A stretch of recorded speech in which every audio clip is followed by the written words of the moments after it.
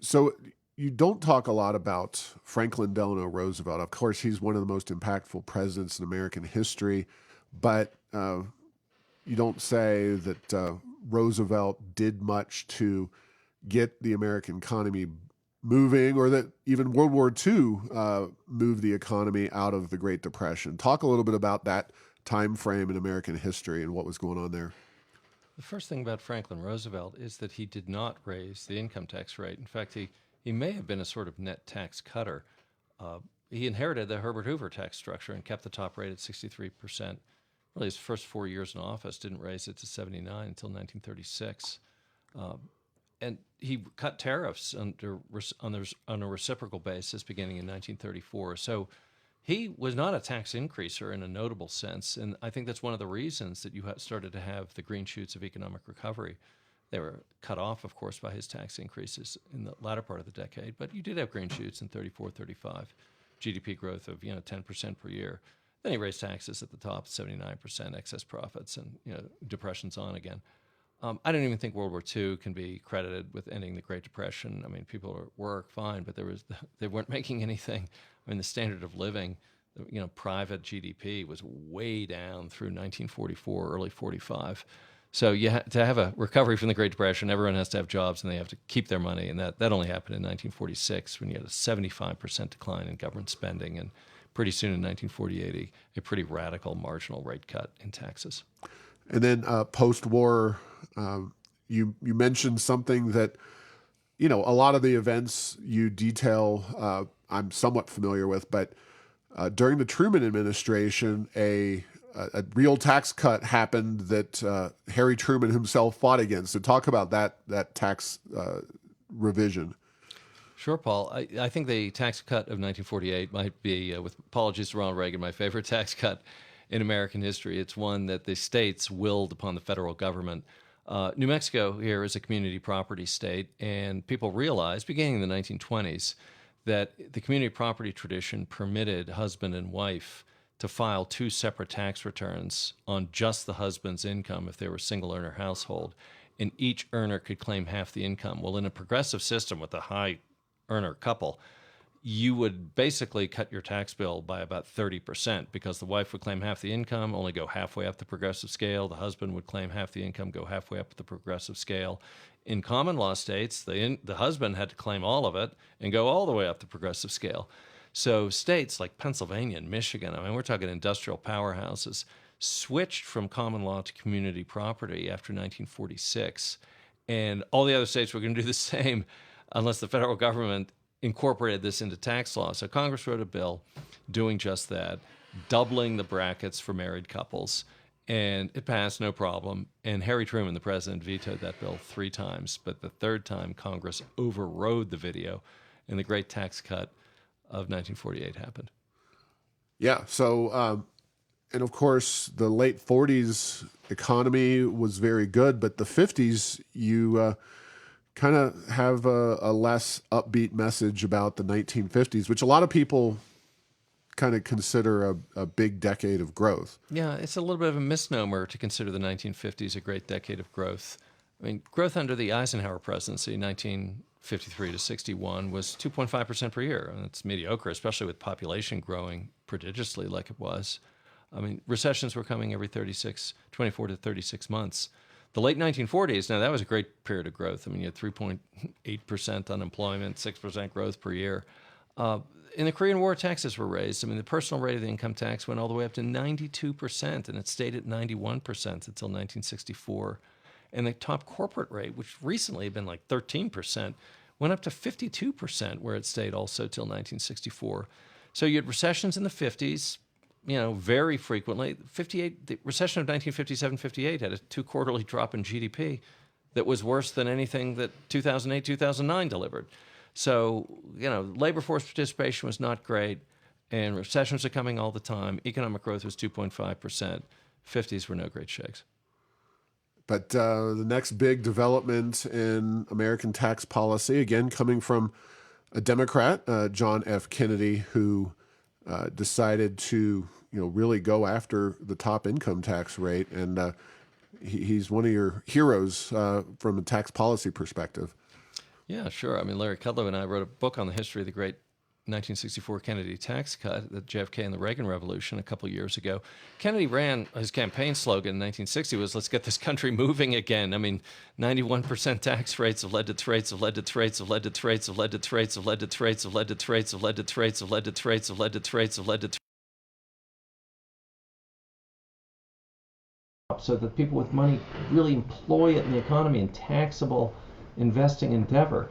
And that's what he did. I mean, a 30% basically across the board rate cut, took the top rate from 91 to 70, bottom rate from 20 to 14, all the other rates in between down commensurately. You know, rich people who'd been earning 9 cents on the dollar after taxes, 91%, all of a sudden were earning 30 cents on the dollar after taxes. That's an increase of 233%. Growth went up to 5.1% per annum in the 1960s, more than double the rate of the Eisenhower era. And that kind of brings us, to the Reagan tax cuts, I suppose, because there were no major changes, unless I'm missing something, in the Nixon and Ford administrations. So, or LBJ, it kind of moved into the Reagan years. So if you have anything to add about those administrations in the middle, by all means, but definitely want to get into the Reagan tax cut record. Sure, there were actually in the 70s there were significant tax increases, but they weren't by statute; they were by stealth. There were tax surcharges. I mean, Johnson and Nixon both added surcharges to the income tax, which you just had to pay more taxes, whatever your bottom line was. Those expired, but they raised the capital gains rate, went all the way up from 25 to 49% with the alternative minimum tax. And the United States went off the gold standard. That was the big problem. Yeah. And so that just unleashed an inflation. So there was an average of 9% inflation, 8-9% inflation throughout the 1970s, sometimes double digit. Well, the tax cut was on index for inflation. I mean, the top bracket stayed at $200,000 the whole time. Well, I mean, that was reduced in real terms by 10%. 9% per year. So there were these by stealth tax increases that were absurd in the 70s. And that's what made the tax rates when Reagan came to office so ridiculous. Inflation had increased real tax rates. And how did those surcharges happen? Was that done with Congress's approval explicitly? And what was the excuse there? Yeah, the excuse was, well, it happened because of the Vietnam War, apparently. I mean, LBJ got it. He'd been asking for it for a couple of years and got it in 1968, and they were in force 1968, 69, 70, the latter 2 years under Nixon. And LBJ had never believed in the Kennedy tax cut that he signed into law. He thought in Keynesian terms that this effect was just immediate. It was demand side. Why you would say a marginal cut in progressive rates is a demand side tax cut, I have no idea. But he actually thought that the effect of the tax cut would be over in the year it was passed, which is 1964 and 5. And he also thought that Vietnam was economically stimulative because he thought that the World War II would solve the Great Depression. So when inflation started to develop in 1968, he said, well, why don't we counter it with taxation? So it was a 10% surcharge. Whatever you owed on taxes, you had to add 10%. And then Nixon kept it at the 5% level for 2 years. Well, just reinforces my belief in LBJ being one of the very worst presidents in American history. But we'll move on with the Reagan tax cuts and how, especially Mr. Laffer influenced that policy. And maybe you could describe the Laffer curve and what exactly that meant and the influence, that idea, because we're a long way from the 1980s and Ronald Reagan's administration, and people might be listening who don't know what the Laffer curve really was all about. Sure. Yeah. So in the mid-70s, in 1974, a year of double-digit inflation, inflation was just throwing people into higher and higher tax brackets, so they were getting real tax increases without changes in the rates. And that's when Gerald Ford, who was president, decided, well, I'll do something about it. Maybe I'll just give a tax rebate. I'll just send people money if they're a taxpayer. And Arthur Laffer was a young economist in Washington at that time, and he met with at least one of Ford's staffers, Dick Cheney, who was deputy chief of staff, and probably with Donald Rumsfeld, the chief of staff too, in December 1974. And he said, no, you want to cut tax rates. You don't want to send a rebate out. And he whipped out a napkin and drew this bulbous curve on it and said, and you don't have to worry about the revenue loss, because if you cut a rate that is very high, you can actually increase the revenue. And that's what his curve on the napkin showed. And my sense, I date this, I think that happened the evening of Friday, December 6th, 1974, which was the lowest close of the Dow Jones Industrial Average from 1962 to the present. So I actually think that Arthur Laffer's curve got out to the markets already that Monday, and ever since the stock exchange has not seen a lower close. So what did Reagan do, and how has that carried on, broadly speaking, through both Republican and Democratic administrations since then, and including Donald Trump's administration?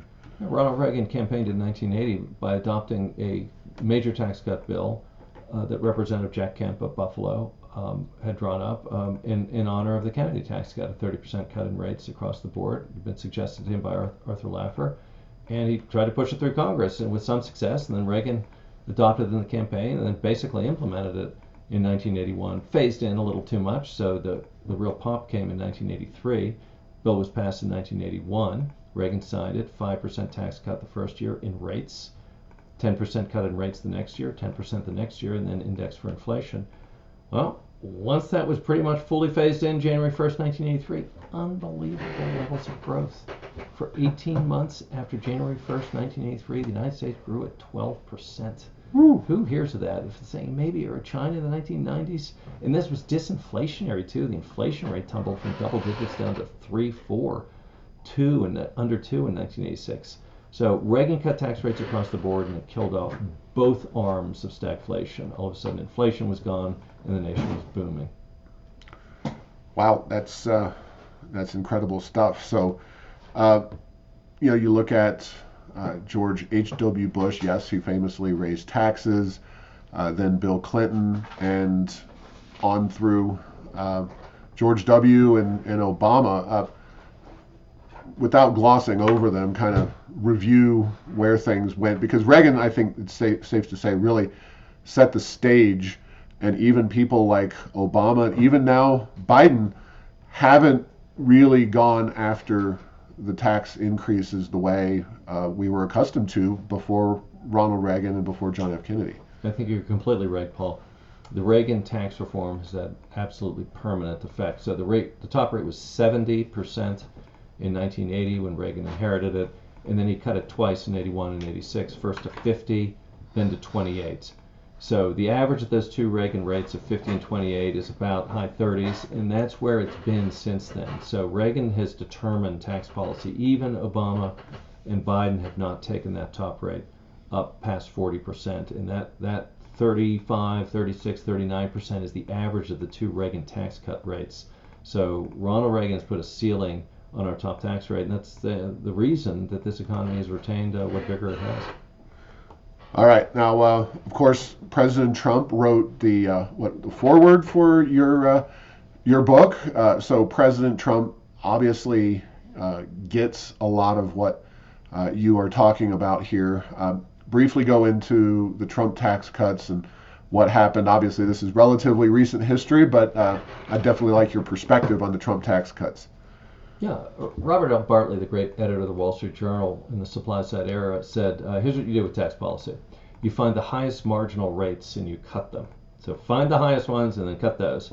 Well, when Trump came into office, the highest rate, at least in proportion to others in the world, other nations of the world, was the corporate rate. I mean, the corporate rate in the United States was 35%. That was easily higher than any of our major trading partners. And income tax rates are basically lower than our trading partners. So you find the highest rate relatively in this case and you cut it. He found that 35% corporate rate, cut it by 40%, down 14 points to 21. What a great idea. Trimmed marginal income tax rates too, including at the top. But he found the highest marginal rate and he cut it. That was brilliant. Now, you give Trump high ratings, aside from the fact that his tax reductions were not permanent. Do you see the country going in a different direction? Like, heaven forbid, Biden winds up in a second term, maybe a Democrat House again. Do you think the grip, if you will, of Reagan's kind of reasonable tax policy is still in place, or do you think Biden's the most left-wing Democrat in my lifetime? Do you think he would go and raise taxes?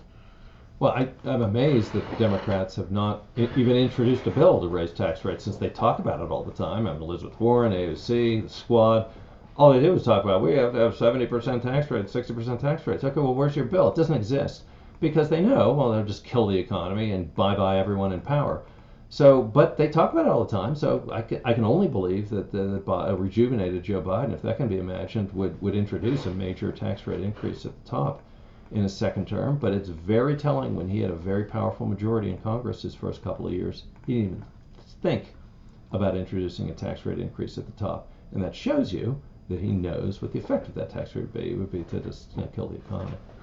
All right, well, we're going to shift gears, so I appreciate that history lesson and analysis.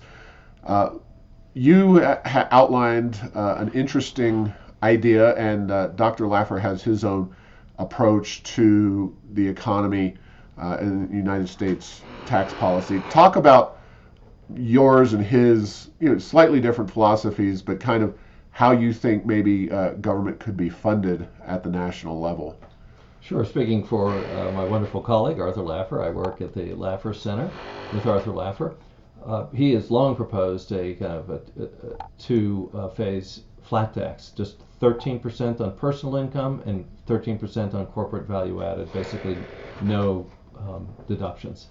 So, whatever you make, you pay 13% on the income side, personal side, and whatever corporations add value to whatever they make, they pay 13%. If you had a 13% flat tax in this country, I can't imagine how much investment would bound in from sources domestic and foreign. Would have 5% growth as far as the eye can see in real GDP. So that'd be great. I personally believe that since the United States has long had the dominant global currency, it should not have had a tax system. I mean, if everybody wants the dollar, if they'd exchange whatever they have for the dollar, if they'll give you their goods and services that they're producing right now for the US dollar, why on earth does the United States have a tax system? You can do all your federal procurement, you buy anything you want with just your own money, just create the money like the banking system does. And if the United States did not have a tax system, I can't imagine how desired the dollar would be. It would just be a phenomenon. Everyone would want the dollar. Well, they'll go ahead and eliminate the tax system then. So I think, like Henry George in the 19th century, yeah, the United States should just create its own money and not have a tax system, and everything would be great.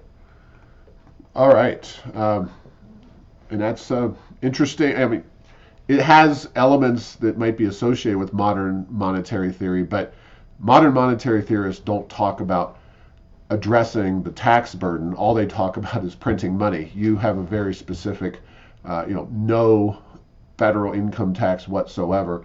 And it would be interesting to see if that kind of thing, how it would go. But maybe someday when somebody else is president or we see broader political reforms. We only have a few minutes left in this episode, and I would be remiss. In fact, Wally would tell me that we were defying the rules of Tipping Point, New Mexico, which is the talk of the gross receipts tax in New Mexico. So we have to, by order of the law, talk about the GRT. And I told you before you visited that you had to take a look at this crazy quilt tax that we have that dates back to the Great Depression. Can you give us your thoughts on the GRT and what, if anything, can be done to broaden and spur New Mexico economic growth absent a gross receipts tax? Well, it's absolutely shocking to see a state having a gross receipts tax at the level New Mexico does. It seems to average between 6 and 9% on the part of the localities, in addition to a corporate income tax. So you're talking about every single intermediate stage of production pays taxes. So that just means expense after expense after expense, not profits, are taxed between 6 and 9%. When you have a business that has to pay taxes on its expenses, you have investors who just say, I'm getting out of that business.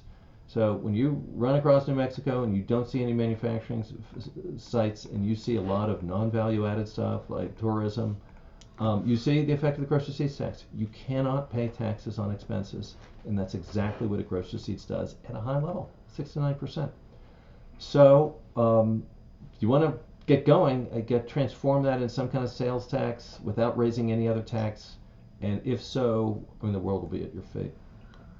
Absolutely. Well, thank you for coming to our fair state, New Mexico, and sharing your knowledge with us here. I appreciate your time. If folks want to find out more about the Laffer Center or your work, how can they do that? Yeah, we have a nicely rejuvenated website, at laffercenter.org. Excellent, and that's Laffer as well. So, all right, Brian, thanks for listening to this week's episode. Find all episodes at Tipping Point New Mexico, tippingpointnm.com, or at the Rio Grande Foundation's YouTube channel. Subscribe to the show at Apple, Stitcher, or tell Google Home to play Tipping Point New Mexico. Thanks to Path 3 Marketing for producing this show.